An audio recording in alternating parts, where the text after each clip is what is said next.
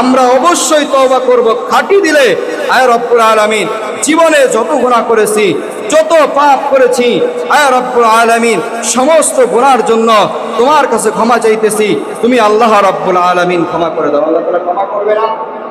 অবশ্যই আল্লাহ রব্বুল আলামিন ক্ষমা করবেন।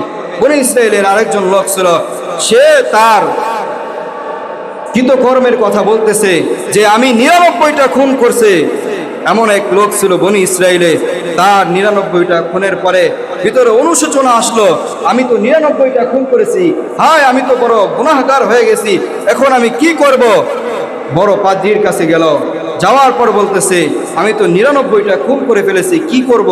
আল্লাহ তাআলা কি আমাকে মাফ করবেন, ক্ষমা করবেন?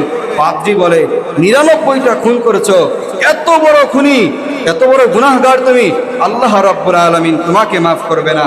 এই কথা যখন বললেন, বলার সাথে সাথে পাদ্রীকে মেরে দিল। 99 থেকে কয়টা হইল? 100। কয়টা? 100 গুনাহ, 100 হত্যা করার পরে লোকালয়ে খোঁজাখুঁজি করে, বলাবলি করে, আল্লাহ তাআলা কি আমাকে ক্ষমা করবে নাকি? এক ব্যক্তি বলে আল্লাহ তাআলা তোমাকে ক্ষমা করবে। তুমি একটা কাজ করো, অমুক গ্রামের ভিতরে কিছু মানুষ ইবাদত করতেছে আল্লাহ তাআলার, তুমি যাও আল্লাহ তাআলার ওই ইবাদতকারীদের সাথে সংযুক্ত হও, আল্লাহ তাআলা তোমার গুনাহ মাফ করে দিবে। যখনই ওই ব্যক্তি রওনা হইলেন, রওনা হওয়ার সাথে সাথে কিছু দূর অতিক্রম করার সাথে সাথে মুসলমান ভাইরা আমার, আল্লাহ তাআলার ওই বান্দা কিছু দূর অতিক্রম করার পর সাথে সাথে আজরাইল আলাইহিস সালাতু ওয়াস সালাম এসে তার রূহটা বের করে নিয়ে গেলেন, ইন্তেকাল করে ফেললেন। ওইখানেই মারা গেল। মারা যাওয়ার পর দুই দল ফেরেশতা আসছে আসমান থেকে। এক দল ফেরেশতা হলো জান্নাতি ফেরেশতা, আর অপর দল হলো জাহান্নামী ফেরেশতা।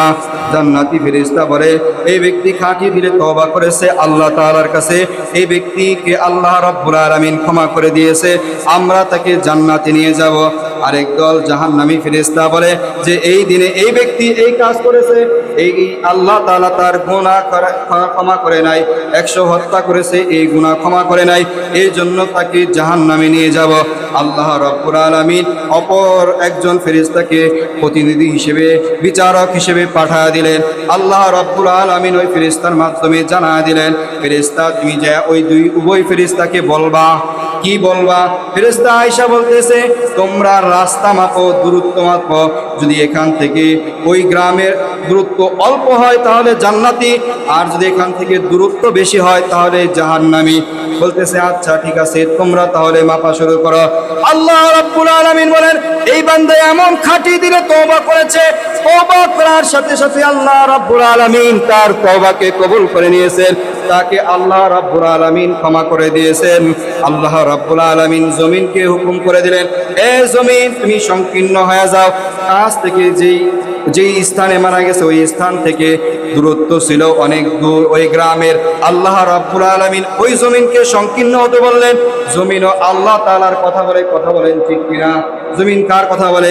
ওই জমিনও সংকীর্ণ হয়ে গেল। আল্লাহর ফেরেশতারা মেপে দেখলো যে ওই গ্রাম তার কাছ থেকে কাছে। জান্নাতি ফেরেশতা তাকে জান্নাতে নিয়ে গেল, জাহান্নামী ফেরেশতা ফিরে গেল। আল্লাহ রাব্বুল আলামিন বলে যুগে যুগে যারাই তওবা করবে, ইন্নাল্লাহা ইউহিব্বুত তাওয়াবিন ওয়া ইউহিব্বুল মুতাতাহহিরিন। আল্লাহ রাব্বুল আলামিন তওবাকারীকে ভালোবাসেন। যেই তওবা করবে, খাঁটি দিলে তওবা করবে, গুনার জন্য লজ্জিত হয়ে আমি আল্লাহ তাআলার কাছে ক্ষমা চাবে, আমি আল্লাহ রাব্বুল আলামিন তাকে ক্ষমা করে দেব। আজকের রাত হলো ক্ষমার রাত, আজকের রাত হলো ভাগ্য রজনীর রাত। আপনি আপনার ভাগ্য আল্লাহ তাআলার কাছ থেকে চেয়ে চেয়ে নিয়ে নেন। কথা বলেন আল্লাহ রাব্বুল আলামিন জমিনও আল্লাহ তাআলার কথা বলে, কথা বলেন ঠিক কিনা? জমিনকে হুকুম করে দিলেন জমিন সংকীর্ণ হয়ে যাও, জমিনও সংকীর্ণ হয়ে গেল। মুহতারাম